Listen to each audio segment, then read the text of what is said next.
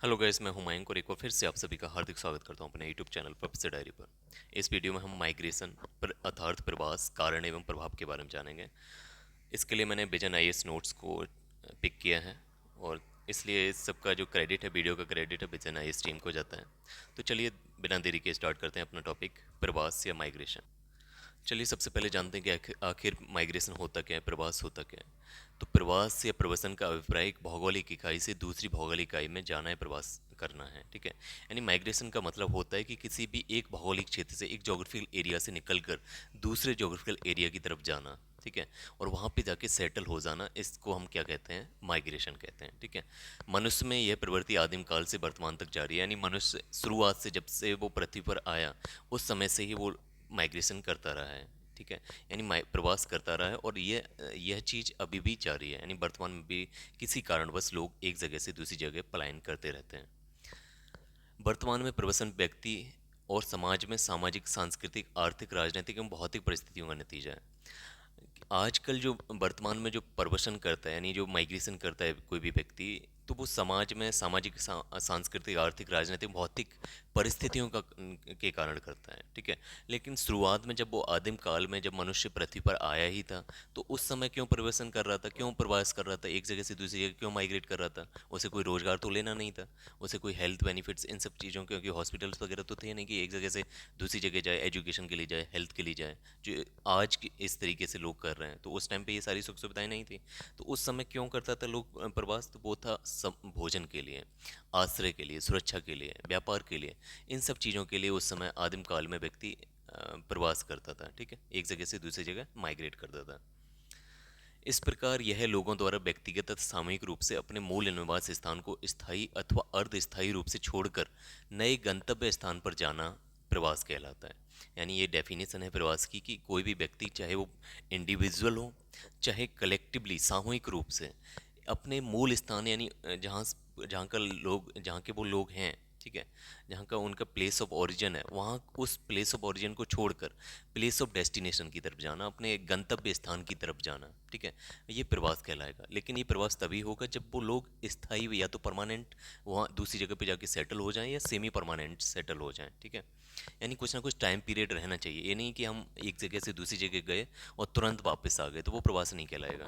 अगर हमारा time duration एक यानी माइग्रेशन डिफाइनिंग पीरियड हमने पहले से तय कर रखा है कि इतने साल का एक माइग्रेशन डिफाइनिंग पीरियड रहेगा, कि इतने साल अगर हम वहाँ रहे तभी हम प्रवास कहलाएंगे, तो फिर वो आपका प्रवास हो जाएगा। ठीक है, यानी सामान्यतः कोई भी प्रवास अर्ध स्थायी रूप से या स्थायी रूप से जब किसी जगह पे जाके बसते हैं दूसरी जगह पे जाके, तो उसे प्रवास कहलाते हैं, माइग्रेशन कहलाता है। नेक्स्ट है कि प्रवास से संबंधित कुछ मूलभूत परिभाषाएं हैं। जैसे पहला आता है इमिग्रेंट या प्रवासी, यानी इमिग्रेंट कौन होता है, प्रवासी कौन होता है। यहाँ पे आप ध्यान रखेंगे कि यहाँ आई से स्टार्ट है ये इमिग्रेंट। ठीक है, तो ये प्रवासी वो व्यक्ति होता है जो एक स्थान से दूसरे स्थान पर प्रवास करने वाले व्यक्ति को प्रवासी कहते हैं। अर्थात यहाँ से, यानी जहाँ से मैं बोल रहा हूँ, यहाँ से अगर कोई व्यक्ति किसी दूसरी जगह, मान लो कि अमेरिका से, इंडिया से कोई व्यक्ति अमेरिका जा रहा है, तो इंडिया से जो व्यक्ति अमेरिका जा रहा है, ठीक है, तो अमेरिका में जो व्यक्ति इंडिया वाला आ रहा है, इंडियंस अमेरिका में जाके सेटल होगा, तो अमेरिका वालों के लिए वो इंडियंस इमिग्रेंट हो गया, यानी प्रवासी हो गया। ठीक है, जबकि दूसरा पॉइंट है इमिग्रेशन, ई से स्टार्ट हो रहा है, यहाँ इसको हम उत्प्रवास और अप्रवास भी कहते हैं। यानी इमिग्रेंट या उत्प्रवासी वो व्यक्ति होता है जो दूसरी जगह पे यानी जहाँ पर वो व्यक्ति, यानी हमने जो एग्जांपल लिया अभी कि इंडियंस अमेरिका में जाके सेटल हुआ, तो अमेरिका वाले उस इंडियंस को क्या बोलेंगे, इमिग्रेंट या प्रवासी। ठीक है, लेकिन हम यहाँ से जब वो गया है तो हम क्या बोलेंगे उस व्यक्ति को, हम बोलेंगे उसे एमिग्रेंट, ई से स्टार्ट हो गई है, यानी उत्प्रवासी। ठीक है, तो इमिग्रेशन और एमिग्रेशन में आप समझ गए होंगे, यानी यहाँ से किसी भी व्यक्ति का प्रवास करना, दूसरी जगह पे जाना, इमिग्रेंट यानी ई वाला स्टार्ट होता है, जिसे हम उत्प्रवास कहते हैं। जबकि उस व्यक्ति का, यहाँ से कोई व्यक्ति अमेरिका गया है, तो अमेरिका में जब वो व्यक्ति पहुँचा, तो उस व्यक्ति को हम बोलेंगे इमिग्रेंट या प्रवासी, और उस प्रवास को हम बोलेंगे प्रवास, यानी इमिग्रेशन या अप्रवास। ठीक है, नेक्स्ट है दिक् परिवर्तन, कम्यूटेशन। ये क्या होता है, तो दो नगरों के मध्य, किसी दो प्लेस के मध्य, यानी कोई भी दो जगहों के बीच दैनिक स्थानांतरण को हम दिक् परिवर्तन कहते हैं या कम्यूटेशन बोलते हैं।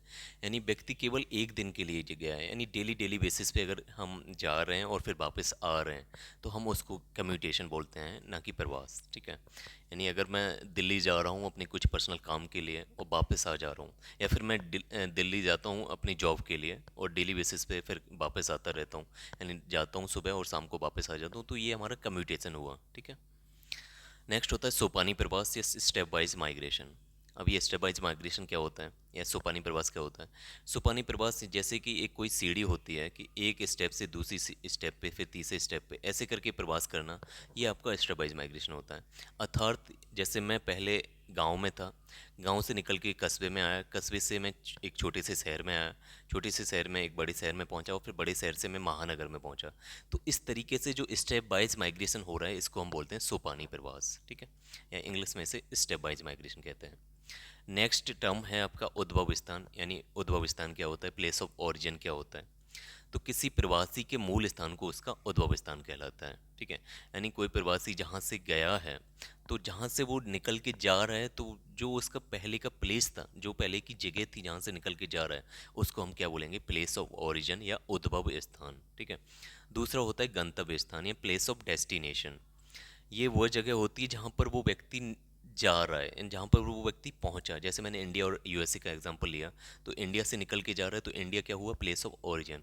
और वहाँ पहुँचा कहाँ, यूएसए में, तो यूएसए क्या हुआ, प्लेस ऑफ डेस्टिनेशन। ठीक है। तो ये क्या हुआ, गंतव्य स्थान। चलिए नेक्स्ट टर्म्स की तरफ। नेक्स्ट हेडिंग है आपकी प्रवास के आयाम या आस्पेक्ट्स ऑफ माइग्रेशन। अब प्रवास यानी कि कौन कौन से बेसिस के हिसाब से हम प्रवास को अलग अलग हिस्सों में तोड़ेंगे। जैसे पहला बेसिस होता है अवधि की दृष्टि से। अवधि यानी टाइम के बेसिस पे, अगर हम टाइम के बेसिस पे डिवाइड करें माइग्रेशन को, यानी आने जाने को हम टाइम के बेसिस पे डिवाइड करें कि कितने प्रकार के माइग्रेशन रहेंगे समय के अनुसार, तो वो तीन तरह के होंगे। एक होगा अस्थाई, दूसरा होगा अर्धस्थाई और तीसरा होगा स्थाई। ठीक है। अस्थाई का मतलब ये टेम्परेरी माइग्रेशन होगा। ठीक है। दूसरा अर्धस्थाई का मतलब सेमी परमानेंट माइग्रेशन, तीसरा होगा स्थाई यानी परमानेंट माइग्रेशन। ठीक है। तो ये तीन टाइप के माइग्रेशन हो गए टाइम के हिसाब से। ठीक है। और जो स्थाई अस्थाई प्रवास ये आपका वार्षिक मौसमी। तो अब अर्धस्थाई और स्थाई तो आप समझ रहे होंगे। स्थाई का अर्थ होता है कि पूरी तरीके से वहीं पे जाके बस जाना। ठीक है। बहुत ही लंबे समय के लिए। अर्धस्थाई भी यानी उसका टाइम थोड़ा कम है, यानी कुछ यानी बहुत कम समय के लिए भी नहीं और बहुत अधिक समय के लिए भी नहीं। यानी अर्धस्थाई होता है कि थोड़े बहुत टाइम के लिए हम एक जगह पे जाके रुक रहे हैं। लेकिन तीसरा होता है कि अवधि की दृष्टि से अस्थाई, इसका टाइम ड्यूरेशन बहुत कम होता है। जैसे किसी एक साल के लिए हम कहीं पे जाके जा रहे हैं और एक साल बाद हम वापस आ जाएंगे, तो ये भी आपका अस्थाई में आएगा, यानी टेम्परेरी सेटलमेंट होगा। ठीक है। टेम्परेरी माइग्रेशन होगा। इसी के साथ साथ कोई मौसमी प्रवास हो रहा है, यानी जैसे ट्रांसह्यूमेंस होते हैं, यानी किसी सीजन बाई सीजन पे हम प्रवास कर रहे हैं। जैसे समर में ये बहुत सारी जनजातियाँ इस टाइप का प्रवास करती हैं। जैसे समर में बहुत सारी जनजातियाँ अपने पशुओं के साथ यानी जब गर्मियों का मौसम होता है तो वो बहुत सारी जनजातियाँ अपने पशुओं के साथ किसी पहाड़ के ढाल पर चढ़ जाती हैं, यानी पहाड़ के स्लोप पे चली जाती हैं। और समय जब वो ठंड का महीना होता है, यानी विंटर टाइम होता है, तो उस समय वो किसी भी जो घाटी में आके बस जाती हैं। यानी घाटी से पहाड़ की तरफ और पहाड़ से घाटी की तरफ, इस तरीके का जो प्रवास होता है ये मौसमी प्रवास कहलाता है। ठीक है। और इस तरीके के प्रवास करने वालों को ट्रांसह्यूमेंस कहा जाता है। ठीक है। एक अगला होता है दैनिक प्रवास। ये बहुत ही अल्प अवधि के लिए होता है, नहीं डेली बेसिस पे एक दो दिन के लिए हम प्रवास करते हैं, तो उस तरीके का प्रवास होता है अस्थायी प्रवास। ये तीनों ही वार्षिक मौसमिक मौसमी और दैनिक जो प्रवास होते हैं इन्हें हम अस्थायी प्रवास कहते हैं, टेम्परेरी माइग्रेशन कहते हैं। ठीक है। तो अभी जो प्रवास हमने एक्सप्लेन किया ये आपके टाइम के हिसाब से था, समय के अनुसार था। यानी अवधि की दृष्टि से तीन तरीके के प्रवास होते हैं, अस्थायी, अर्धस्थायी और स्थायी। ठीक है। अब जो अस्थायी होते हैं उसके भी तीन टाइप के होते हैं, जैसे वार्षिक, मौसमी और दैनिक। अब हम बात करते हैं स्थानिक रूप से, यानी किसी प्लेस के हिसाब से, जगह के हिसाब से। तो जगह के हिसाब से दो तरीके के प्रवास होते हैं और इसके बहुत सारे प्रकार भी हो सकते हैं। जैसे इसमें जो दो तरीके के बताए गए हैं वो हैं आपके अंतर्राष्ट्रीय प्रवास और दूसरा है आपका आंतरिक प्रवास। ठीक है। अंतर्राष्ट्रीय प्रवास वो प्रवास होता है जो किसी नेशंस के बीच में होता है, यानी दो नेशन, जिसे हम इंटरनेशनल प्रवास भी कहते हैं। इसको हम इंग्लिश में इंटरनेशनल प्रवास कहते हैं, इंटरनेशनल माइग्रेशन कहते हैं। ठीक है। यानी वो माइग्रेशन जो किसी दो नेशंस के बीच में हो रहा हो। ठीक है। यानी एक जगह से, जैसे मैंने अभी एग्जांपल दे रहा था इंडिया और यूएसए के बीच में, तो ये इस टाइप का जो माइग्रेशन था वो आपका अंतर्राष्ट्रीय प्रवास कहलाता है। जबकि आंतरिक प्रवास ये आपका एक कंट्री के बीच में ही, यानी इंडिया से, इंडिया में ही एक जगह से, इंडिया के ही लोग एक जगह से दूसरी जगह पे अगर प्रवास कर रहे हैं तो उस तरीके का माइग्रेशन आंतरिक प्रवास कहलाता है, यानी इंट्रानेशनल माइग्रेशन। ठीक है। जैसे यूपी से आपका पंजाब में जाना, यूपी से दिल्ली में जाना, बिहार से आपका महाराष्ट्र में जाना, तो इस तरीके जो प्रवास है वो आपका आंतरिक प्रवास है। ठीक है। अब इसमें और भी कई प्रवास हैं, जैसे इंटर कॉन्टिनेंटल प्रवास यानी अंतर महाद्वीपीय प्रवास, जिसमें एक महाद्वीप से दूसरी महाद्वीप में लोगों का जाना। जैसे अफ्रीका के लोग अगर यूएसए में जाके बस रहे हैं या साउथ अमेरिका में जाके बस रहे हैं तो वो क्या होगा, इंटर कॉन्टिनेंटल माइग्रेशन। इसी तरीके से एशिया के लोग दूसरे कॉन्टिनेंट्स में जाके बस जाएं तो वो इंटर कॉन्टिनेंटल माइग्रेशन। ठीक है। अब इसी जो आंतरिक प्रवास यहाँ पे मैं दिखा रहा हूँ, पहला है अंतर्राष्ट्रीय प्रवास, दूसरा है आंतरिक प्रवास। इसी तरीके से अगर आंतरिक प्रवास की बात की जाए तो आंतरिक प्रवास भी कई कई रूप में होंगे। जैसे आंतरिक प्रवास का मतलब क्या है यहाँ पे, कि किसी देश के भीतर प्रवास होना। ठीक है। अब ये प्रवास किसी दो राज्यों के बीच में भी हो सकता है। जैसे अगर मैं इंडिया की बात करूं तो जितने भी हमारे 28 राज्य हैं और 8 केंद्र शासित प्रदेश हैं, तो उन आपस में इन सभी केंद्र शासित प्रदेश या राज्यों के बीच में भी इस तरीके का प्रवास हो सकता है, जिसको हम अंतर्राज्यीय प्रवास बोलेंगे। इसके साथ साथ किसी एक राज्य के भीतर भी आपस में प्रवास हो सकता है। जैसे यूपी का प्रवास, यानी पूर्वी उत्तर प्रदेश से लोग पश्चिमी उत्तर प्रदेश की तरफ आ रहे हैं। ठीक है। या बुंदेलखंड से लोग निकल के पश्चिमी उत्तर प्रदेश की तरफ जा रहे हैं अपने रोजगार के लिए या उन सब बहुत सारे कारणों के लिए, तो इस तरीके का प्रवास भी आपका आंतरिक प्रवास का ही पार्ट है। ठीक है। तो इस तरीके से आंतरिक प्रवास और अंतर्राष्ट्रीय प्रवास के कई सारे डिवीज़न हैं। अभी हम सीधा बात करते हैं अंतर्राष्ट्रीय प्रवास की। ठीक है। यानी इंटरनेशनल माइग्रेशन के। तो ये होता है देश की सीमा के बाहर या अंदर स्थित अन्य देश या अन्य देशों से देश की सीमा के अंदर होने वाला प्रवास अंतर्राष्ट्रीय प्रवासन कहलाता है। ठीक है। यानी इंडिया से अगर यूएसए जा रहे हो और यूएसए से अगर इंडिया की तरफ आ रहे हैं लोग, तो इस तरीके का जो प्रवास होगा, यानी एक देश से दूसरी देश की तरफ, तो वो क्या कहलाएगा, अंतर्राष्ट्रीय प्रवास या इंटरनेशनल माइग्रेशन। अंतर्राष्ट्रीय प्रवास के इतिहास को निम्नलिखित 3 धाराओं में व्यक्त किया जा सकता है। अगर हम इस तरीके के माइग्रेशन को बांटें तो 3 तरीके की करंट हैं, यानी 3 तरीके की आपकी धाराएं दिखाई देंगी जब जब प्रवास हुआ है। जैसे जैसे सबसे पहली जो धारा है, यानी सबसे पहले इस तरीके का प्रवास आपको देखने को मिलता है जब मनुष्य की उत्पत्ति हुई। ठीक है। यानी ये माना जाता है, अभी तक हमें ये पढ़ाया गया है, ये माना जाता है कि मनुष्य की उत्पत्ति पूर्वी अफ्रीका में हुई थी और यहीं से लोग माइग्रेट करना स्टार्ट किया। यानी जब उत्पत्ति हुई, मानव का इतिहास, शुरुआत हुई मानव के इतिहास की, तो उसी समय से प्रवास भी स्टार्ट हो गया था। यानी माइग्रेशन करना लोग स्टार्ट कर दिए थे। यानी पूर्वी अफ्रीका से निकलकर लोग दूसरी जगह पे जाना स्टार्ट किए। और यह इस तरीके का प्रवास 50,000 सालों तक लगातार महाद्वीपों के बीच में चलता रहा। यानी इस तरीके का जो प्रवास हुआ था वो इंटर कॉन्टिनेंटल टाइप का माइग्रेशन हुआ था। ठीक है। सेकेंड जो करंट था इस टाइप के माइग्रेशन का, तो वो था प्रवास की दूसरी धारा, दास व्यापार या ग्रेट अटलांटिक प्रवास भी कहते हैं। यानी जो प्रवास की दूसरी धारा है इसको हम ग्रेट अटलांटिक प्रवास भी कहते हैं और इसी को हम दास व्यापार भी कहते हैं। दास व्यापार का मतलब होता है ये स्लेव माइग्रेशन था, ये स्लेव ट्रेड था। ठीक है। दास व्यापार को इंग्लिश में हम स्लेव ट्रेड कहते हैं। तो इस ये ज़बरदस्ती यानी फोर्सफुल माइग्रेशन किया गया, यानी बलात् फोर्स करके दूसरी तरफ जो भी लोग थे ये स्वेच्छा से एक जगह से दूसरी जगह नहीं जाना चाह रहे थे, यहाँ पर फोर्स किया गया। दूसरे लोगों ने इन पर माइग्रेशन थोपा। ठीक है। नहीं, दूसरे लोगों ने फोर्सफुली ताकत के बल पर इन लोगों को उठाकर दूसरी जगह पे पहुंचाया। तो इस तरीके का जो माइग्रेशन होता है उसको हम फोर्स्ड माइग्रेशन बोलते हैं। हिंदी में इसे बलात् प्रवसन कहा जाता है। और इस तरीके उस समय जो 16वीं और 17वीं शताब्दी में इस तरीके का माइग्रेशन हुआ जिसे हम स्लेव ट्रेड कहते हैं और जिसे ग्रेट अटलांटिक प्रवास भी कहा जाता है। इस दौरान लाखों अफ्रीकी निवासियों को यूरोप वासियों द्वारा ज़बरदस्ती बागानों में काम करने के लिए गुलाम श्रमिकों के रूप में अमेरिका ले जाया गया। ठीक है। यानी एक्चुअली क्या होता था कि इस टाइम पे कोलोनाइजेशन स्टार्ट हुआ था, कोलोनाइजेशन की वेव चल रही थी। जो भी पावरफुल कंट्रीज़ थी वो लेस पावरफुल कंट्रीज़ को अपना गुलाम बना ले रही थी और वहाँ जो गुलाम कंट्रीज़ होती थी उन वहाँ से लेबर को उठा के, सेमी स्किल्ड और स्किल्ड लेबर को उठा के दूसरी जगहों पर जहाँ पर उनके जो बागान थे, उनके बगीचे थे, ठीक है, या फिर दूसरी जगह पर जैसे मुख्यतः दक्षिण अमेरिका और उत्तरी अमेरिका के या जो मध्य अमेरिका है उनके बागानों में ले जाया गया। और ये मुख्यतः अफ्रीका से और एशिया के महाद्वीपों से लिया गया। यानी एशिया और अफ्रीका के लोगों को उठाकर ज़बरदस्ती फोर्सफुली उत्तरी अमेरिका, दक्षिणी अमेरिका और मध्य अमेरिका के बागानों में ले जाया गया। ये काम आपके यूरोप वासियों ने किया है मुख्यतः। ठीक है। चूंकि इन गुलामों को विभिन्न दिशाओं उत्तर अमेरिका, मध्य अमेरिका और दक्षिणी अमेरिका में ले जाया गया था, इससे इस तरीके के इससे गुलाम त्रिकोण भी कहा जाता है। यानी इसको हम स्लेव ट्रायंगल भी कहते हैं। उत्तरी अमेरिका, मध्य अमेरिका और दक्षिणी अमेरिका में अफ्रीका से लोगों को ले जाया जाना, इसको क्या कहा जाता है? स्लेव ट्रायंगल कहा जाता है। यह क्रम 19वीं सदी के मध्य तक चलता रहा था। तो ये थी आपकी सेकंड धारा, यानी दूसरी वेव जिसमें माइग्रेशन हुआ था। इसी तरीके से थर्ड वेव ऑफ माइग्रेशन आपकी अटलांटिक प्रवास कहलाती है, जिसमें यूरोप वासियों ने स्वयं, यानी ये स्वेच्छा से हुआ था, ठीक है, यानी खुद से ही लोग उत्तर और दक्षिणी अमेरिका के भागों में बसना शुरू किया।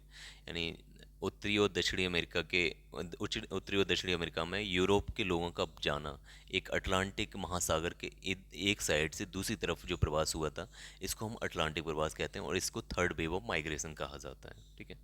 तो ये जो हमने तीनों टाइप के जो माइग्रेशन देखे थे, मुख्यतः ये इंटर कॉन्टिनेंटल माइग्रेशन थे, यानी अंतर महाद्वीपीय विस्थापन था, ठीक है।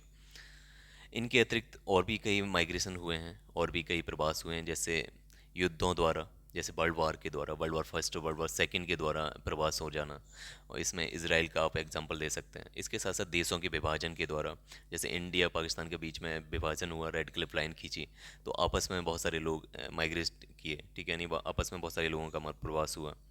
इसी के साथ साथ शरणार्थियों का भारी संख्या में प्रवास होना, जैसे आप रोहिंग्या देख पा रहे हैं। इसके साथ साथ इराक, सीरिया, यहाँ से लोगों का यूरोप में जाना, ये सारी चीज़ें शरणार्थियों का भारी संख्या में प्रवास है, ठीक है।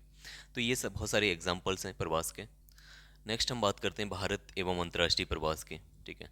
अगर हम भारत में अप्रवास की बात करें, ठीक है, इमिग्रेशन की बात करें, यानी कौन कौन लोग भारत में आके बसे हैं, तो उन चीज़ों की अगर हम बात करें, तो एक नामी कवि फिराक गुरकवी के शब्दों में अगर मैं कहूँ, तो सर जमीन ए हिंद पर अक्काम ए आलम के फिराक, सर जमीन ए हिंद पर अक्काम ए आलम के फिराक, कारवां बसते गए और हिंदुस्तान बनता गया, ठीक है। यानी यहाँ पर फिराक गोरखपुरी बोल रहे हैं कि समस्त विश्व के लोगों के कारवां भारत में आते रहे और भारत में बसते गए, और इसी के साथ साथ भारत का निर्माण हुआ। यानी भारत एक विविधता वाला देश कहा जाता है। तो ये मुख्यतः इस वजह से बना है क्योंकि बहुत सारी संस्कृति के, बहुत सारे रिलीजन्स के, बहुत सारी जनजातियाँ, उपजातियाँ, अपनी अपनी भाषाओं, अपनी अपनी जातियाँ, अपनी अपनी बोलियों, इन सभी के साथ भारत में आई और भारत में इनका प्रवास हुआ और यहाँ पे आके असिमिलेट हो गई, यहाँ पे आके भारत के कल्चर में जाके असिमिलेशन हो गया इनका, और एक नया विविधतापूर्ण देश भारत ने अस्तित्व में आया, ठीक है। यानी हिंदुस्तान बनता चला गया। यानी हिंदुस्तान की इतनी खूबसूरत डाइवर्सिटी होने के पीछे एक बड़ा रीज़न माइग्रेशन का है, ठीक है। अगर हम सन 2001 की जनगणना के अनुसार देखें तो लगभग 50 लाख से अधिक लोग भारत में आकर बस गए हैं, ठीक है।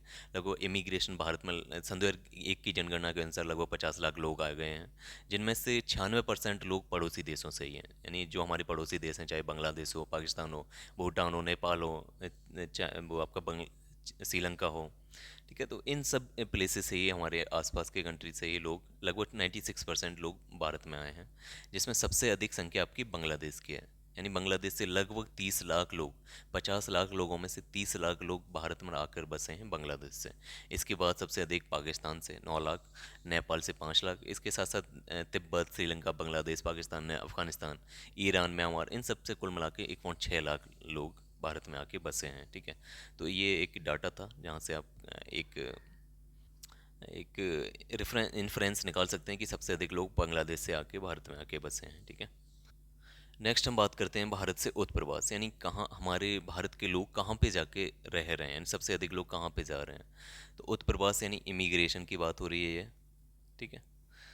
तो यहाँ पे हम बात करते हैं, ऐसा अनुमान है कि भारतीय डायस्पोरा के लगभग 3 करोड़ लोग जो 110 देशों में निवास करते हैं, यानी भारतीय डायस्पोरा में लगभग 103 करोड़ लोग हैं जो 110 देशों में निवास कर रहे हैं। यानी टोटल मिला के लगभग 3 करोड़ लोग भारत से निकल कर दूसरी जगहों पे गए हैं, ठीक है।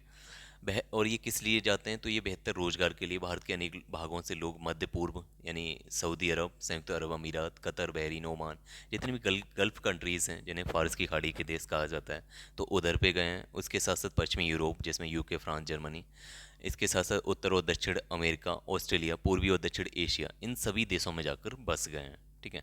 अब ये आपने टर्म देखा कि भारतीय डायस्पोरा लगभग 3 करोड़ के समथिंग भारतीय डायस्पोरा है। अब एक्चुअली भारतीय डायस्पोरा होता क्या है, तो भारतीय डायस्पोरा दो चीज़ों से मिलकर बना होता है, एक एनआरआई और दूसरा होता है एक, यानी एनआरआई और पीआईओ, ठीक है। यानी दो लोगों से मिलकर भारतीय डायस्पोरा मिल बनता है। एक होते हैं एनआरआई, जिसका इनका जो फुल फॉर्म है वो है नॉन रेजिडेंट इंडियंस। यानी ये वो लोग हैं जो इंडियंस हैं, यानी इनकी जो सिटीजनशिप है, इनकी नागरिकता है, वो इंडियन ही है, लेकिन ये अभी वीज़ा के दम पे दूसरी जगहों पे जाके बसे हुए हैं, वो दूसरी जगहों पे जाके रह रहे हैं, ठीक है। लेकिन इनका जो सिटीजनशिप है, इनकी जो नागरिकता है वो इंडिया की है, इसलिए हम इन्हें क्या बोलेंगे, एनआरआई। और इसके साथ साथ दूसरे होते हैं पीआईओ, यानी पर्सन ऑफ इंडियन ओरिजिन। यानी ये वो लोग हैं जिनकी नागरिकता अब इंडिया की नहीं रही। पहले ये इंडियंस थे, या इनके जो फोर फादर्स थे वो इंडियंस थे, लेकिन ये लोग अब इनको नागरिकता दूसरे देश की जाके मिल गई है, यानी अभी ये इंडिया के नागरिक नहीं हैं, लेकिन कहीं ना कहीं मूल रूप से ये इंडियंस ही हैं, ठीक है। यानी इनका जो डिसेंडेंट्स हैं ये वंशानुगत रूप से इंडिया के ओरिजिन के हैं, तो इसको हम क्या बोलेंगे, पीआईओ। अब इन दो लोगों को मिला के हमारा इंडियन डायस्पोरा मिलता है, और ये लगभग इंडियन डायस्पोरा हमारा कितना है, 3 करोड़ लोग हैं, ठीक है। सॉरी, मैंने अभी जो फैक्ट बोला कि 3 करोड़ लोग हैं, टोटल इंडियन डायस्पोरा नहीं है, ये केवल उतना डायस्पोरा है जो 110 देशों में बसा हुआ है, ठीक है। हमारा जो टोटल डायस्पोरा है वो लगभग 15 करोड़ के समथिंग है, 15.5 करोड़, जिसे यानी United nation department of economic and social affairs के अकॉर्डिंग विश्व भर में भारतीय डायस्पोरा की आबादी लगभग 15.6 मिलियन से अधिक है, सॉरी 1.5 करोड़ के समथिंग है, ठीक है। इसका सबसे बड़ा भाग संयुक्त अरब अमीरात में रहता है। जैसे हमारे पास हमने पहले इमिग्रेशन की बात की, यानी सबसे ज़्यादा लोग हमारे कहाँ से आ रहे हैं हमारे इंडिया में, तो वो बांग्लादेश से आ रहे थे। उसी प्रकार से अगर हम बात करें कि सबसे अधिक लोग इंडिया से कहाँ पर जा रहे हैं, तो वो यूएई में जा रहे हैं। यूएई का मतलब है संयुक्त अरब अमीरात, ठीक है। तो यूएई में सबसे अधिक लोग इंडिया के जाके बस रहे हैं, ठीक है, जिनकी आबादी लगभग 3.5 मिलियन है, ठीक है। यानी टोटल 15.6 मिलियन में से जितना हमारा डायस्पोरा है 15.6 मिलियन, उसमें से 3.5 मिलियन लोग केवल यूएई में निवास करते हैं। और ये यूएई की टोटल जनसंख्या का 30% भाग है, यानी एक तिहाई लोग इंडियन डायस्पोरा ही है यूएई में, ठीक है। नेक्स्ट हम बात करते हैं कि विदेशों में बसे इन लोगों की प्रवास की धाराएं क्या रही हैं, यानी किस तरीके से लोग इंडिया से निकलकर दूसरे देशों में गए हैं, तो उनकी क्या बिहेव रही है, किस किस समय पे गए हैं। तो अगर हम प्रथम धारा की बात करें तो ये मुख्यतः उपनिवेश काल में हुई है। इन्हीं ब्रिटिश काल के दौरान अंग्रेजों द्वारा उत्तर प्रदेश और बिहार से मॉरिशस, कैरिबियन द्वीपों जिसमें त्रिनिदाद, टोबैगो और गुयाना है, इसके साथ साथ फिजी और दक्षिण अफ्रीका में फ्रांसीसियों, यानी जो ब्रिटेन के अंग्रेज थे, उन्होंने मेनली भारतीयों को कहाँ पे भेजा, मॉरिशस भेजा, कैरिबियन द्वीप भेजा, फिजी में भेजा और दक्षिण अफ्रीका में भेजा, ठीक है। और ये मुख्यतः कहाँ के लोग थे, ये उत्तर प्रदेश और बिहार के लोग थे, ठीक है। यहाँ वहाँ पे जाके बसे हुए हैं। इसी प्रकार से अब देख भी पाएंगे, इसका एग्जाम्पल ये भी है कि मॉरिशस के जो राष्ट्रपति हैं, ये सभी लोग कहीं ना कहीं ये बिहार के मूल निवासी हैं, ठीक है। ये उस समय उपनिवेश काल में ये दूसरे देशों पे जाके, यानी दूसरे द्वीपों पे जाके बसे, और वहाँ अब पूरी तरीके से सत्ता के यानी उनकी जो सत्ता है वो अभी स्थापित है वहाँ पे, ठीक है। इसी तरीके से फ्रांसीसियों की और जर्मनों की बात करें तो इन्होंने इंडियंस को रियूनियन द्वीप पे भेजा, इसके साथ साथ ग्वाडेलोप, मार्टिनोक और सुरीनाम में भेजा। अगर हम डच लोगों की बात करें तो डच और पुर्तगालियों द्वारा भारत के गोवा, दमन और दीव से लोगों को ले गए, और कहाँ पे ले गए, अंगोला, मोजाम्बिक और अन्य देशों में इन लोगों का प्रवास किया, ठीक है। तो इस तरीके से ये पहली वेव थी, और ये वेव हुई थी उपनिवेश काल में, यानी जिस समय भारत दूसरे देशों का गुलाम था, ठीक है। नेक्स्ट दूसरी वेव कब, यानी दूसरे कब गए थे लोग, तो दूसरी तरफ से प्रवास होता है, दूसरी धारा रही है आपकी। प्रवासियों की दूसरी धारा में वर्तमान समय में व्यवसायी, शिल्पी, व्यापारी, फैक्ट्री मजदूर आर्थिक अवसरों की तलाश में निकटवर्ती देशों जैसे Thailand, Malaysia, Singapore, Indonesia, Brunei, इन सभी देशों में जाकर बस गए हैं, ठीक है। यानी सेकेंड वेव स्टार्ट होती है आपकी जब लोगों को आर्थिक अवसर पाने लगे, यानी आर्थिक अवसर की खोज हुई, ठीक है। यानी बहुत सारी जगहों पे आर्थिक अवसर का उदय हुआ, जैसे जो गल्फ़ कंट्रीज़ थी वहाँ पर पेट्रोलियम का उत्पादन बढ़ने लगा, तो उस पेट्रोलियम के उत्पादन के लिए एक चीप लेबर की आवश्यकता हुई, सेमी स्किल्ड और स्किल्ड लेबर की ज़रूरत हुई। तो उस लेबर को फिलफिल करने के लिए इंडिया के लोग वहाँ पे जाके शिफ्ट हो गए और वहाँ पे जाके प्रवास किया, ठीक है। इसके साथ साथ फैक्ट्री मजदूर, इन सब फैक्ट्री मजदूरों के रूप में इंडियंस जो निकटवर्ती देश हैं जैसे थाईलैंड, मलेशिया, सिंगापुर, इन सभी जगहों पे जाके बसे हैं। तो ये आपकी सेकेंड वेव थी जो मेनली एम्प्लॉयमेंट के लिए हुई थी, ठीक है। तीसरी धारा जिसके लिए लोग तीसरा टाइम वो था जब 1960 के बाद, ये जो समय आता है 1960 के बाद, मुख्यतः इसमें सबसे अधिक शिक्षित डॉक्टर, अभियंता, परामर्शदाता और वित्तीय विशेषज्ञ, ये सभी लोग मेनली 1960 के बाद इनमें इस तरीके का वेव आया, थर्ड वेव आया, जिसमें ये सभी लोग विकसित देशों की तरफ रुख कर गए। ठीक है, यानी विकसित देशों की तरफ अपने बेहतर जीवन के लिए इंडिया से निकल कर चले गए। तो इसमें मुख्यतः आपके डॉक्टर्स देखने को मिलेंगे, इंजीनियर्स देखने को मिलेंगे, सॉफ्टवेयर इंजीनियर्स देखने को मिलेंगे, आपके सीईओज देखने को मिलेंगे, बहुत सारी कंपनियों के सीईओज, वित्तीय विशेषज्ञ, फाइनेंशियल एक्सपर्ट्स देखने को मिलेंगे। तो ये सभी लोग, और चाहे कोई भी विशेषज्ञ साइंटिस्ट हैं, ये सभी लोगों का पलायन हुआ mainly Canada, United kingdom, Australia, New Zealand, संयुक्त राज्य अमेरिका, जर्मनी इत्यादि देशों में। यानी जितने भी विकसित देश थे, जितने भी इंफ्रास्ट्रक्चर जहाँ पर बहुत अच्छा है, तो वहाँ की तरफ ये लोग पलायन कर गए। ठीक है, और इस पलायन को हम ब्रेन ड्रेन भी कहते हैं। ठीक है, इसको हम ब्रेन ड्रेन भी कहते हैं। यानी इनका जो यानी इंडियंस का जो ब्रेन था, उसका दूसरे देश लाभ उठा रहे हैं। यानी इंडियंस द्वारा शिक्षित किया हुआ ब्रेन किसी दूसरी जगह पे जाके अपनी सेवा दे रहा है, तो इसको हम ब्रेन ड्रेन कहते हैं। अगर आप यहाँ इस डायग्राम में देखें तो ये भारतीय डायस्पोरा का वैश्विक वितरण है। तो सबसे अधिक इंडियन डायस्पोरा आपका साउथ ईस्ट एशिया में मिलता है। उसके बाद आपको गल्फ कंट्रीज़ में 19%। ठीक है, उसके बाद यूएस में, संयुक्त राज्य अमेरिका में 10%। इसके बाद आपका यूके में 7%, लैटिन अमेरिका, कैरिबियन आइलैंड्स में 7%। इस तरीके से आपको डायस्पोरा देखने को मिलेगा, और सबसे अधिक हमारा Indian diaspora south east Asia में निवास करता है। नेक्स्ट हम बात करें आंतरिक प्रवास। अभी तक हमने अंतर्राष्ट्रीय प्रवास देखा था। अंतर्राष्ट्रीय प्रवास में भारत में अप्रवास और भारत में उत्प्रवास दोनों देखे। इसके साथ साथ अब हम बात करते हैं आंतरिक प्रवास की। ठीक है, यानी विद इन द कंट्री प्रवास होना, एक कंट्री के भीतर ही एक जगह से दूसरी जगह कोई जा रहा है, तो उस तरीके के प्रवास को हम आंतरिक प्रवास कहते हैं। ठीक है, अब ये इंडियंस की अगर हम बात करें तो प्रवास के अंतर्गत चार धाराएं होती हैं। इंडिया में ये चार तरीके से प्रवास होता है इस तरीके का, यानी विद इन द कंट्री। पहला होता है रूरल टू रूरल, यानी ग्रामीण से ग्रामीण। दूसरा होता है ग्रामीण से नगरी। तीसरा होता है नगर से नगर, यानी अर्बन टू अर्बन। और चौथा होता है नगर से ग्रामीण, यानी अर्बन टू रूरल।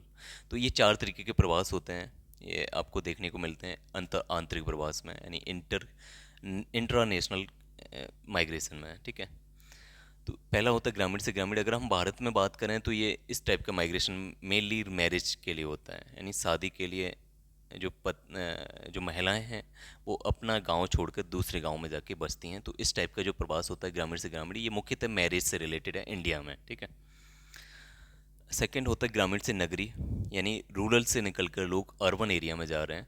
तो ये आपके विकासशील देशों में इस तरीके का जो पलायन है वो देखने को मिलेगा। विकासशील देश और विकसित देश दो अलग अलग देश हैं, यानी जो हर तरीके का इंफ्रास्ट्रक्चर जिनमें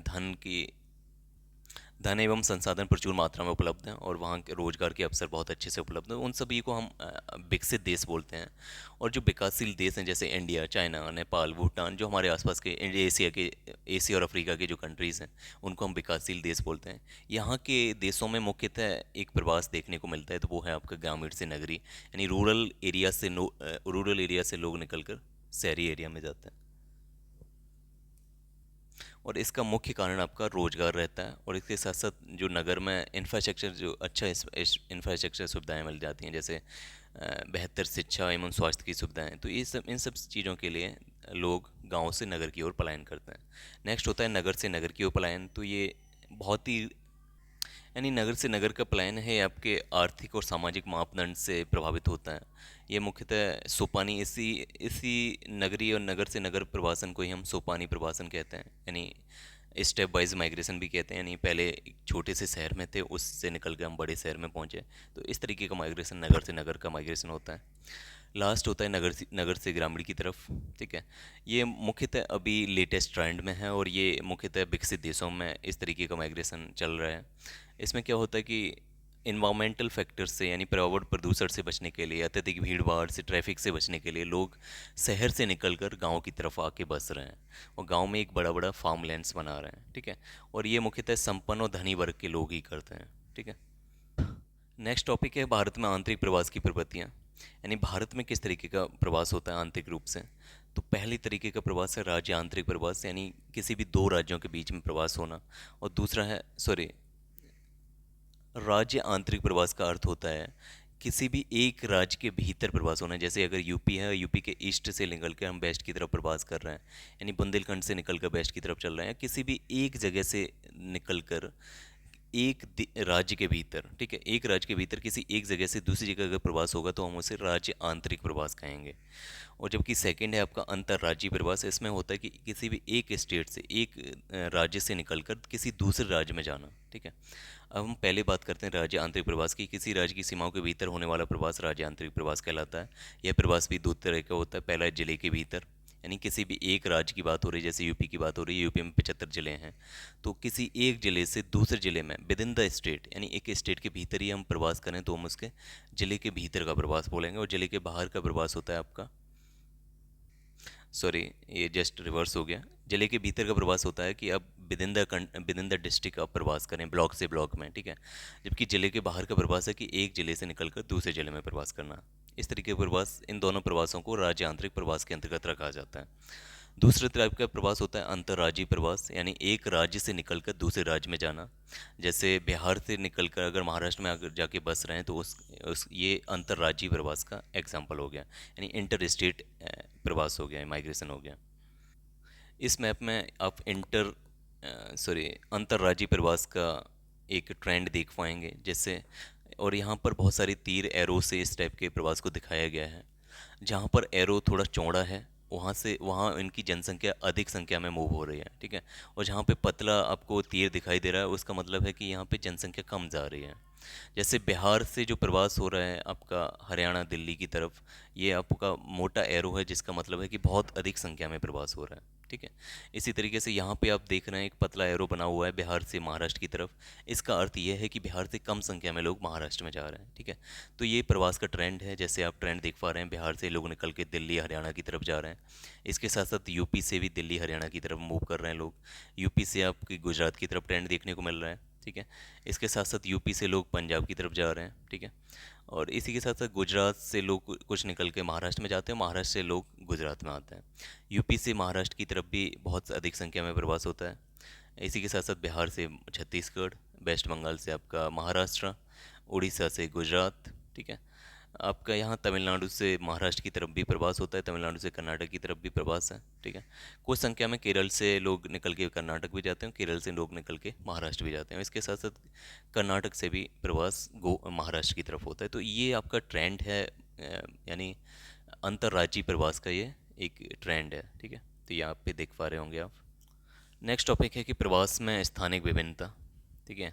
यानी किसी एक स्थान से दूसरी जगह पे जाना, इसमें डिफरेंस होता है कि हर जगह पे लोग नहीं जाता, कि यूपी के लोग निकल के बिहार में नहीं जाएंगे, यूपी के लोग निकल के वेस्ट बंगाल में नहीं जाएंगे उतनी संख्या में जितनी संख्या में लोग यूपी से दिल्ली जाएंगे या यूपी से महाराष्ट्र जा रहे हैं। तो इसके कुछ कारण भी हैं, कि इसके कुछ कारण होते हैं, जैसे महाराष्ट्र के कुछ खासियत है, या दिल्ली की कुछ खासियत है, जिसकी वजह से लोग यूपी या बिहार से लोग वहाँ की उसकी तरफ माइग्रेट कर रहे हैं, ठीक है। यानी कुछ राज्य लोगों को प्रवास हेतु आकर्षित करते हैं तथा कुछ राज्यों से लोग अन्य राज्यों से प्रवास करते हैं। जैसे महाराष्ट्र, दिल्ली, गुजरात और हरियाणा जैसे राज्य, उत्तर प्रदेश, बिहार इत्यादि जैसे अन्य राज्यों को से प्रवासियों को आकर्षित करते हैं, ठीक है। अब महाराष्ट्र में आए अप्रवासियों की संख्या 30 लाख है, जो सर्वाधिक है। अगर हम यूपी की बात करें तो एक स्टेट में अगर सबसे अधिक प्रवासी आके बस रहे हैं तो वो हैं आपके महाराष्ट्र, यानी महाराष्ट्र में सबसे ज़्यादा इमिग्रेशन होता है। और सबसे ज़्यादा जो एमिग्रेशन है, जहाँ से लोग सबसे ज़्यादा निकल कर जा रहे हैं, तो वो आपका यूपी है, ठीक है। यूपी में सबसे अधिक 26 लाख लोग निकल के जा गए हुए हैं।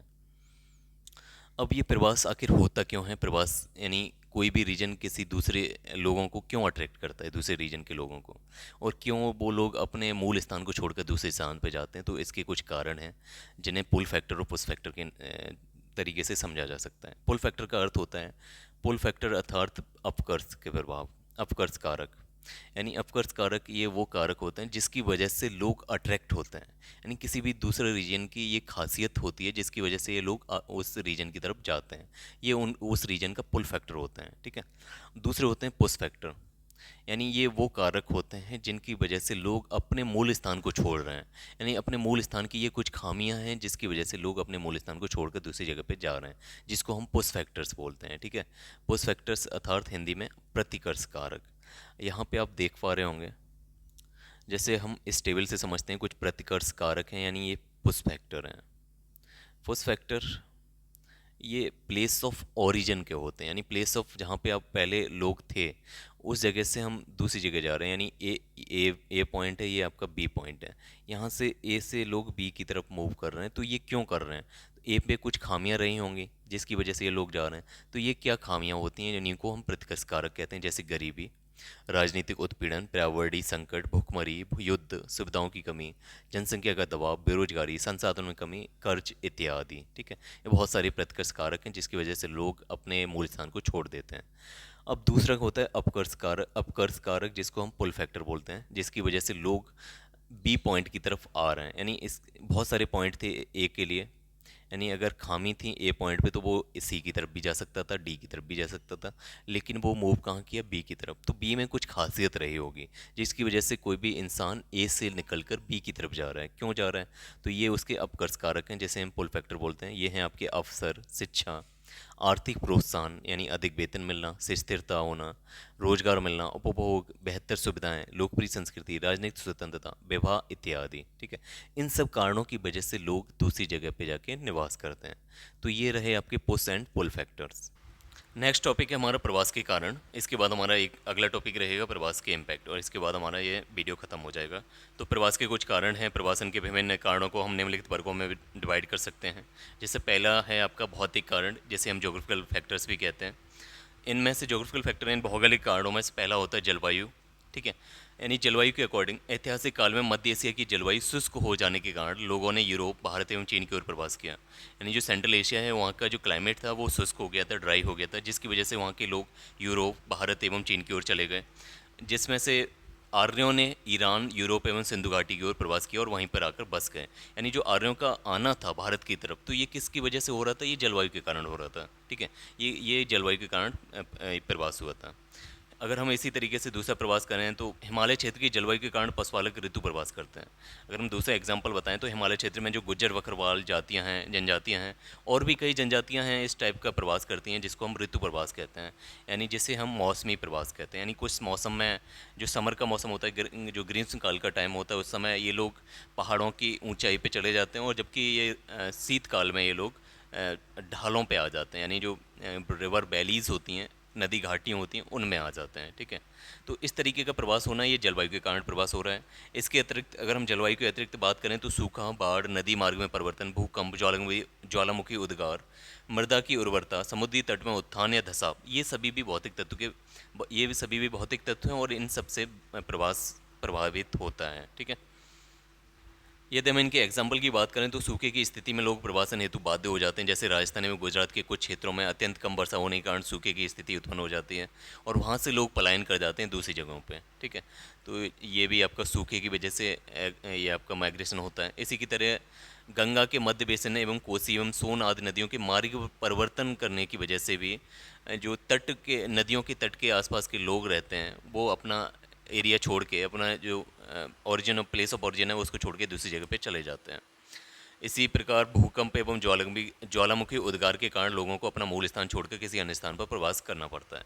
तो ये सभी कारण थे भौतिक कारण। ठीक है, इसी तरीके से हम आर्थिक कारण देखते हैं। आर्थिक कारण जिसकी वजह से प्रवास होता है, तो प्रवासन को निर्धारित करने में आर्थिक अवसरों की खोज, रोजगार, आवास की बेहतर सुविधाएं, उच्च वेतन, यातायात एवं व्यापार की सुविधा, औद्योगिक विकास, सिंचाई की सुविधा एवं खनिज संपदा की प्राप्ति, ये सभी आर्थिक कारक अपनी प्रमुख भूमिका निभाते हैं। ठीक है, जैसे अगर हम बात करें तो आजकल इन्हीं आर्थिक कारणों की वजह से ग्रामीण क्षेत्रों से लोग मुंबई, दिल्ली जैसे महानगरों की ओर प्रवास करते हैं, क्योंकि वहाँ पर आर्थिक अवसरों की खोज है, रोजगारों की उपलब्धता है, आवास की बेहतर सुविधाएं उनको मौजूद होती हैं। ठीक है, इन सब के साथ साथ सिंधु, नील, गंगा आदि नदी बेसिनों में अत्यधिक उपजाऊ भूमि प्रवसन को आकर्षित करती है।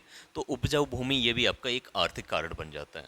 जैसे पंजाब, हरियाणा में, उत्तर प्रदेश जैसे राज्यों में सिंचाई की उत्तम सुविधा के कारण लोग इन क्षेत्रों में प्रवास करते हैं। तो ये आपका सिंचाई की उत्तम व्यवस्था, उपजाऊ भूमि होना, ये सभी भी आर्थिक कारण हैं जो प्रवास को इम्पैक्ट डालते हैं। नेक्स्ट है खनिज प्राप्ति वाले क्षेत्र भी प्रवसन को आकर्षित करते हैं, जैसे अलास्का की बर्फीली एवं ऑस्ट्रेलिया की मरुस्थलीय जलवायु होने के कारण बावजूद यहाँ पर जाने वाले स्वर्ण भंडारों के कारण यहाँ मानव बस्तियाँ बस गई हैं। यानी पहले क्या था कि अलास्का की जो बर्फीली ज़मीन थी, बर्फीली जलवायु थी, वहाँ पर बहुत कम लोग रहते थे। लेकिन जब से उन्हें पता चला कि यहाँ पर बहुत सारा खनिज संपदा है, और इसी प्रकार से ऑस्ट्रेलिया में जब पता चला ऑस्ट्रेलिया के मरुस्थल में बहुत सारे खनिज संपदा है, स्वर्ण भंडार हैं, सोने की खानें हैं, तो फिर वहाँ पे जाके लोग रहना स्टार्ट कर दिए, वहाँ पे लोग बसना स्टार्ट किए। तो ये प्रवास किसकी वजह से हुआ? ये आर्थिक कारणों की वजह से हुआ। ठीक है। नेक्स्ट, सामाजिक सांस्कृतिक कारणों की। तो सामाजिक सांस्कृतिक कारणों में सामाजिक रीतियों, सामाजिक बोलचाल, सामाजिक जो रीतियां हैं, धर्म हैं, जातियां हैं, इन सब की वजह से जो प्रवास होता है उनको हम सामाजिक सांस्कृतिक कारण बोलते हैं, जो प्रवास को इम्पैक्ट करता है। जैसे विवाह के पश्चात महिलाएं अपने माता पिता का घर छोड़कर अपने पति के निवास स्थान की ओर प्रवास करती हैं। लगभग 65% स्त्रियां विवाह के उपरांत अपने मायके से बाहर जाती हैं, और भारत की ग्रामीण क्षेत्रों में इस टाइप का प्रवास सबसे अधिक देखने को मिलता है। यानी रूरल टू रूरल जो प्रवास देखने को मिलता है, उसमें सबसे ज़्यादा अहम रोल आपका विवाह के बाद महिलाओं का होता है। ठीक है। लेकिन इसमें कुछ अपवाद भी हैं, जैसे मेघालय। ठीक है। मेघालय में खासकर एक खासी पहाड़ी है, और उसमें खासी जनजाति निवास करती है। तो उस खासी जनजाति में जस्ट रिवर्स उल्टा होता है। उसमें क्या होता है कि जो हस्बैंड है वो अपनी पत्नी के यहाँ पर जाके रहता है। ठीक है। तो अगर मेघालय को अपवाद छोड़ दिया जाए तो मुख्यतः सभी जगह पे स्त्रियां अपने पति के यहाँ पे जाके निवास करती हैं। तो ये भी आपका सामाजिक सांस्कृतिक कारण है प्रवास करने का। ठीक है। इसी तरीके से अगर हम धार्मिक कारणों की बात करें तो प्राचीन इतिहास के अनुसार धर्म एवं संस्कृति के प्रचार हेतु भारत से बड़ी संख्या में लोग म्यांमार, चीन, श्रीलंका आदि देशों में गए थे। इसी के साथ साथ इस्लाम धर्म के प्रचार हेतु अरब देशों से भी प्रवास हुआ था, और इसी के कारण ईरान से कई पारसियों ने अपनी धर्म की रक्षा हेतु भारत की ओर प्रवास किया, और वो लोग गुजरात एवं महाराष्ट्र राज्य के क्षेत्रों में आकर बस गए थे। इसी में हम एक फील्ड स्टडी पढ़ेंगे रोहिंग्या मुस्लिम्स की। अगर हम रोहिंग्या मुस्लिम की बात करें तो ये लोग म्यांमार प्रांत है, म्यांमार देश है, उसके रखाइन स्टेट में रहते हैं। और एक्चुअली म्यांमार में बहुसंख्यक आबादी बौद्ध धर्म से संबंधित है। तो एक म्यांमार में एक अनुमान के मुताबिक 10 लाख रोहिंग्या मुसलमान रहते हैं। इन मुसलमानों के बारे में कहा जाता है कि ये मुख्य रूप से अवैध बांग्लादेशी प्रवासी हैं, जो कभी म्यांमार में आके बस गए थे। अब सरकार ने इन्हें आंतरिक सुरक्षा पहलू को ध्यान में रखते हुए नागरिकता देने से इनकार कर दिया। हालांकि ये म्यांमार में पीढ़ियों से रह रहे थे। इसी की वजह से सन 2012 से सांप्रदायिक हिस्सा ने जो बौद्ध और जो आपके बहुसंख्यक मुस्लिम्स थे, जो आपके बांग्लादेश में अल्पसंख्यक मुस्लिम थे बांग्लादेश में, जिन्हें रोहिंग्या कहा जाता है, तो उनके बीच में एक टसल स्टार्ट हो गई थी सन 2012 के बाद। सन 2017 में 1 लाख से ज़्यादा लोग इस टसल की वजह से रोहिंग्या मुस्लिम विस्थापित हुए, और बड़ी संख्या में रोहिंग्या मुसलमान आज भी जर्जर कैंपों में रह रहे हैं, और रोहिंग्या मुसलमानों को व्यापक पैमाने पर भेदभाव दुर्व्यवहार का सामना करना पड़ा। लाखों की संख्या में बिना दस्तावेज वाले रोहिंग्या बांग्लादेश में रह रहे हैं, और इन्होंने दशकों पहले म्यांमार छोड़ दिया था। तो ये रोहिंग्या का जो प्रवास है, रोहिंग्या का जो माइग्रेशन है, ये भी आपका धर्म की वजह से हुआ है। ठीक है। यानी इसका जो मेन रीजन है वो सांस्कृतिक और सामाजिक कारण है। ठीक है। इसी तरीके से अगर हम और कारण देखें तो द्वितीय विश्व युद्ध के आरंभ होने से पहले जर्मनी से यहूदियों का प्रवासन होता है, एवं द्वितीय विश्व युद्ध की समाप्ति के पश्चात समग्र विश्व से इजराइल की ओर सभी यहूदियों का प्रवासन धार्मिक प्रवासन का एक उदाहरण है। ठीक है। नेक्स्ट हम बात करते हैं राजनीतिक कारण की, political migration, political cause of migration. तो यहाँ पर कुछ राजनीतिक कारण भी रहते हैं प्रवास के। जैसे भारत के विभाजन के समय लाखों लोग भारत से पाकिस्तान गए और पाकिस्तान से भारत आकर बस गए, तो ये भी आपका राजनीतिक कारणों की वजह से माइग्रेशन हुआ था। इसी तरह पिछले कुछ दशकों में राजनीतिक अव्यवस्था एवं आंतरिक अशांति के कारण सीरिया, ईरान, इराक एवं सूडान आदि देशों से बड़ी संख्या में लोगों ने पलायन करना स्टार्ट किया था। ठीक है। तो ये सभी प्रवासन किसकी वजह से हो रहे हैं? ये पॉलिटिकल कॉजेज़ हैं, पॉलिटिकल फैक्टर्स की वजह से हो रहे हैं। ठीक है। नेक्स्ट कॉज है आपका जनसांख्यिकी कारण, यानी कुछ डेमोग्राफिक फैक्टर्स भी होते हैं माइग्रेशन के। जैसे प्रवसन विभिन्न जनसांख्यिकी घटकों पर भी निर्भर करता है। किसी क्षेत्र की जनसंख्या में वृद्धि के कारण उस क्षेत्र की जनसंख्या और संसाधन के अनुपात का संतुलन बिगड़ जाता है। ठीक है। जिससे संसाधनों पर दबाव में वृद्धि होती है, और इसका एग्जाम्पल आपको देखने को मिलता है यूरोप में। यानी यूरोप में बहुत ज़्यादा 15-16 सेंचुरी के आसपास बहुत ज़्यादा पॉपुलेशन प्रेशर हो गया था। उनके रिसोर्सेज और पॉपुलेशन के बीच में जो रेशियो था वो बिगड़ने लगा, जिसकी वजह से उन लोगों ने आसपास की कंट्रीज़ को अपने आधिपत्य में लेना स्टार्ट किया, जिसको कॉलोनाइजेशन किया गया। ठीक है। कॉलोनाइजेशन बोला गया। तो कॉलोनाइजेशन का एक जो मुख्य कारण था वो ये पॉपुलेशन और रिसोर्सेज के बीच का रेशियो डिस्टर्ब होना था, जिसकी वजह से प्रवास हुआ था। ये आपका नेक्स्ट और अंतिम टॉपिक होगा प्रवास के परिणाम, यानी माइग्रेशन के क्या इम्पैक्ट क्या पड़ते हैं। अगर हम परिणामों को देखें तो परिणामों को आर्थिक, सामाजिक, सांस्कृतिक, राजनीतिक और जनसांख्यिकी संदर्भों में देखा जा सकता है। अगर हम बात करें सबसे पहले आर्थिक परिणाम, ठीक है, यानी माइग्रेशन का क्या इकोनॉमिक फैक्टर है, इकोनॉमिक इम्पैक्ट है, ठीक है, किसी भी कंट्री पे क्या इकोनॉमिक प्रभाव पड़ता है माइग्रेशन का। तो पहला है कि उद्भव स्थान के लिए मुख्य लाभ प्रवासियों द्वारा भेजी गई प्रेषित मुद्रा, जिसे रेमिटेंस कहा जाता है, ये सबसे मेन लाभ है। यानी अगर कोई व्यक्ति किसी अपने प्लेस ऑफ ओरिजिन से, अपने उद्भव स्थान से निकलकर अपने गंतव्य स्थान पर जा रहे हैं, तो वो किसी न किसी आर्थिक कारण की वजह से ही जा रहा होगा, मुख्यतः आर्थिक कारण होता है। तो फिर आर्थिक परिणाम भी उसे प्राप्त होगा, जैसे उस जहाँ पर वो पहुँचा है वहाँ से कुछ ना कुछ रेमिटेंस यानी प्रेषित कुछ मुद्रा पैसा कमाएगा, उसको अपने घर वापस भेजेगा। यानी अपना जो रेमिटेंस है वो प्लेस ऑफ ओरिजिन की तरफ वापस भेजेगा। जैसे अगर भारत के लोग इंडिया में जाके, भारत के एनआरआई अमेरिका में जाके रह रहे हैं या कनाडा में जाके रह रहे हैं, तो वहाँ से फिर बहुत ज़्यादा जो विदेशी मुद्रा है वो इंडिया की तरफ आती है, जिसे हम रेमिटेंस कहते हैं, ठीक है। विश्व बैंक के आंकड़ों के अनुसार भारत को सन 2015 में करीब 72 अरब अमेरिकी डॉलर की विदेशी मुद्रा प्राप्त हुई थी। इसी प्रकार रेमिटेंस के हिसाब से हमें सन 2015 में करीब 72 अरब अमेरिकी डॉलर प्राप्त हुए थे, और ये किसी अन्य देश की तुलना में सर्वाधिक था। यानी सबसे अधिक रेमिटेंस विश्व में हम ही पाते हैं, यानी इंडिया ही पाता है। तो ये किसका परिणाम है? ये आपका माइग्रेशन का परिणाम है। अगर माइग्रेशन नहीं होता, प्रवास नहीं होता, तो हमें इतना पैसा नहीं प्राप्त होता। यह भारत के सकल घरेलू उत्पाद का 3.4% बैठता है, ठीक है। तो ये आपका प्रवास का एक पॉजिटिव परिणाम। वो तो था आपका अंतर्राष्ट्रीय प्रवासन। अगर हम अंतर्राज्यीय प्रवासन की बात करें तो पंजाब, केरल और तमिलनाडु, महाराष्ट्र, इन सब जगहों से जो लोग हैं वो पैसा कमाकर अपने प्लेस ऑफ ओरिजिन की तरफ भेजते हैं। मुख्यतः उत्तर प्रदेश, बिहार, इन सब स्टेट को बहुत सारा पैसा प्राप्त होता है प्रवासन के कारण, ठीक है। और अगर तीसरा इम्पैक्ट देखें इसका, आर्थिक इम्पैक्ट देखें, आर्थिक प्रभाव देखें प्रवासन का, तो आपको देखने को मिलेगा कि हरित क्रांति की सफलता में पूर्वी उत्तर प्रदेश, बिहार, मध्य प्रदेश और उड़ीसा की ग्रामीण क्षेत्रों से पंजाब, हरियाणा, पश्चिमी उत्तर प्रदेश की ग्रामीण क्षेत्रों में प्रवास करने वाले मजदूरों की महत्वपूर्ण भूमिका थी।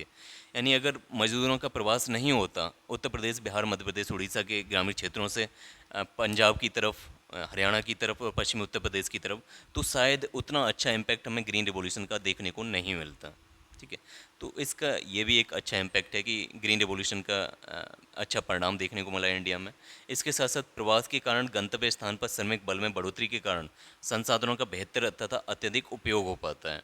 तो ये भी एक अच्छा परिणाम है। अगर हम इनके नेगेटिव परिणाम की बात देखें कि क्या नेगेटिव इम्पैक्ट पड़ते हैं इकोनॉमी पे, तो जस्ट इसका उल्टा है कि जबकि उद्गम स्थान से श्रमिक बल के प्रवसन के कारण उपलब्ध संसाधनों का पर्याप्त उपयोग नहीं हो पाता, यह संसाधनों की उपलब्धता एवं उपयोग में प्रादेशिक अंतर उत्पन्न कर देता।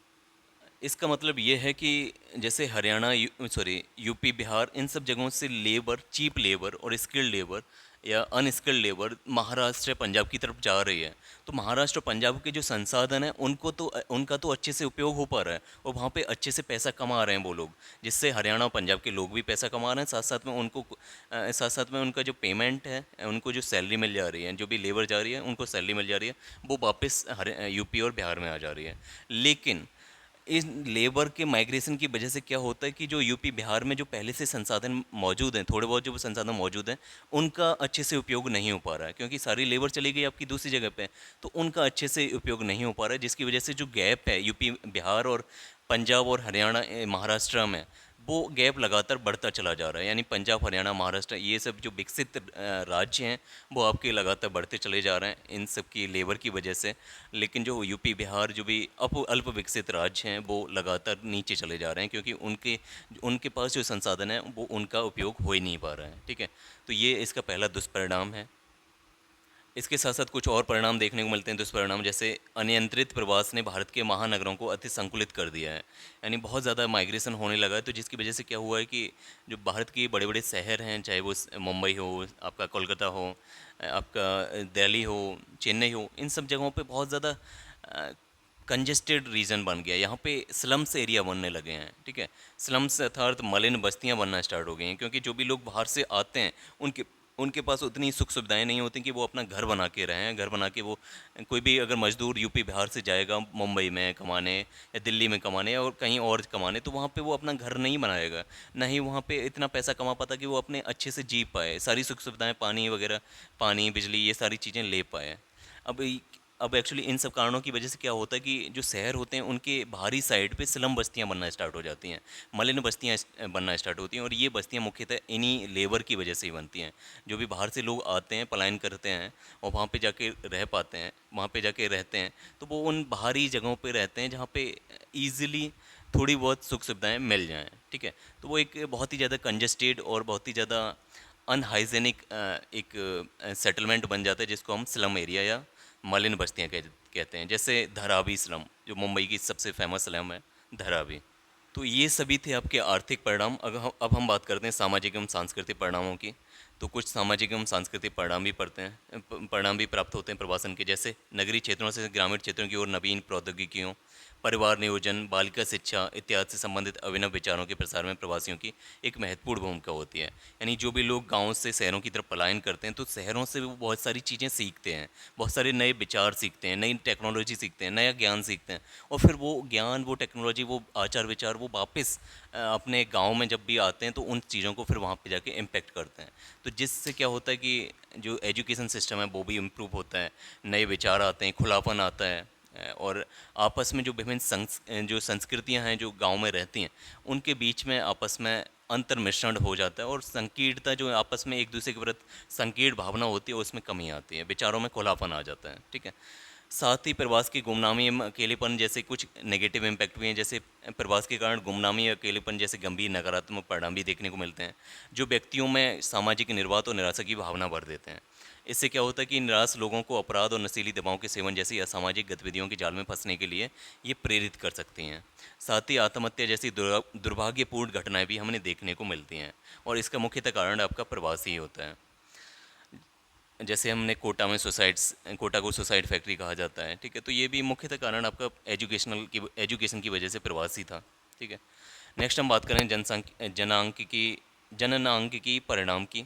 तो डेमोग्राफिक इम्पैक्ट भी होता है। जैसे प्रवास से देश में जनसंख्या का पुनर्वितरण होता है, यानी कहीं पर लोग पहले जो डिस्ट्रीब्यूशन था पॉपुलेशन का वो अलग तरीके का था, लेकिन माइग्रेशन की वजह से क्या होता है कि एक जगह से कुछ स्पेसिफिक कैटेगरी के लोग, चाहे वो पर्टिकुलर एज ग्रुप के रहे हों, यानी एज ग्रुप में मेनली वर्किंग एज पॉपुलेशन, यानी जो भी कार्य करने में लोग कैपेबल हैं, वो लोग उठ के गाँव से शहरों की तरफ आ जाते हैं। यानी कुछ जो आपके अल्प विकसित राज्य होते हैं वहाँ से उठकर किसी विकसित राज्य की तरफ आते हैं, तो उनसे क्या होता है कि जो पॉपुलेशन डिस्ट्रीब्यूशन है वो चेंज हो जाता है, जो जनसंख्या वितरण है वो चेंज हो जाता है। कहीं पर बहुत ज़्यादा सघन बस्तियाँ बन जाएंगी, सघन शहर बन जाएंगे, और जो जहाँ से वो लोग जा रहे हैं, गाँव से जा रहे हैं, वो बहुत ही स्पार्स पॉपुलेशन हो जाएगी। वहाँ से डेंसिटी, वहाँ की गाँव की डेंसिटी कम रह जाएगी। इसके साथ साथ क्या होता है कि स्पेसिफिक एज ग्रुप के और इसके साथ साथ स्पेसिफिक जेंडर वाला माइग्रेशन भी होता है, यानी जेंडर स्पेसिफिक माइग्रेशन भी होता है, यानी कुछ खास लिंग के लोग ही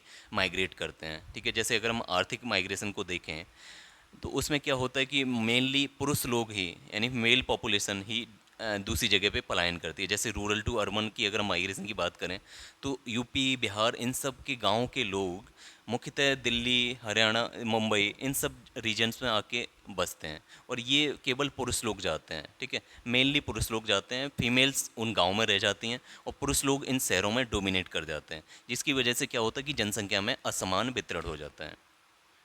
नेक्स्ट है आपका पर्यावरणीय परिणाम। ग्रामीण क्षेत्रों से नगरीय क्षेत्रों की ओर होने वाले प्रवास के कारण नगरों में भीड़ भाड़ में वृद्धि हो जाती है। परिणाम स्वरूप नगरीय क्षेत्रों में सामाजिक और भौतिक अवसंरचना पर दबाव पड़ने लगता है। इसके अतिरिक्त प्राकृतिक संसाधनों के अति दोहन के कारण नगरों में भूजल स्तर में कमी आती है। साथ साथ वायु प्रदूषण, बाहित मल के निपटान और ठोस कचरे के प्रबंधन जैसी गंभीर समस्याएं विकराल रूप धारण कर लेती हैं, और इस सबका जो रूट कॉज है वो माइग्रेशन ही है। नेक्स्ट कुछ अन्य परिणामों की अगर हम बात करें तो कुछ अन्य परिणाम हैं। जैसे ग्रामीण क्षेत्रों से पुरुषों के प्रवास के कारण गांव में उनकी पत्नियों पर मानसिक और शारीरिक कार्यों का बोझ बढ़ जाता है। उद्भव क्षेत्रों के दृष्टिकोण से यदि प्रेषित मुद्रा प्रवास के प्रमुख लाभ हैं तो मानव संसाधन, विशेष रूप से कुशल लोगों को हास उसकी कमीर लागत भी है। यानी अगर हम एक तरफ हम अगर हम कह रहे हैं कि माइग्रेशन के कारण हमें रेमिटेंस प्राप्त होता है, दूसरे देशों से हमें कुछ धन लाभ होता है, तो हम उसका नुकसान ये देखते हैं कि हमें ब्रेन ड्रेन भी हो रहा है। यानी यहाँ के जो कुशल दक्षता वाले लोग हैं वो निकल कर हमारे देश से किसी और देश में जाकर बस रहे हैं और वहाँ के लोगों को लाभ प्रोवाइड कर रहे हैं, वहाँ के लोगों की सेवा कर रहे हैं। तो उससे भले ही हमें थोड़ा बहुत रेमिटेंस प्राप्त हो रहा है, लेकिन अगर वही लोग इंडिया में रह कर ही हमारी फैक्ट्रियाँ, हमारी हमारी सर्विस सेक्टर में जाके जुड़ेंगे, तो इंडिया की भी ग्रोथ होगी, साथ साथ उनको भी धन लाभ होगा। ठीक है, तो ये ब्रेन ड्रेन वाली जो थ्योरी है, यानी हमारे जो दिमाग है वो दूसरी जगह पे जाके यूज हो रहा है। ठीक है, यानी उसको हम उस पे इन्वेस्टमेंट हम कर रहे थे, लेकिन उसका यूज दूसरी जगह पे हो रहा है। तो ये भी एक गंभीर परिणाम है जो हमें देखने को मिलता है, और इस सब का कॉज क्या है? माइग्रेशन। तो ये सभी परिणाम थे और ये सभी फैक्टर्स हमने माइग्रेशन के देखे। नेक्स्ट हमारा वीडियो रहेगा जिसमें हम माइग्रेशन से संबंधित जितने भी क्वेश्चंस हैं उन सब का हम वीडियो लेके आएंगे। तो हमारे चैनल के साथ, प्रोफेसर डायरी के साथ बने रहिएगा। अगर आपको वीडियो अभी तक आप वीडियो में बने रहे हैं और वीडियो अगर आपको पसंद आए तो वीडियो को लाइक, शेयर एंड सब्सक्राइब जरूर करिएगा। जय हिंद, शुक्रिया।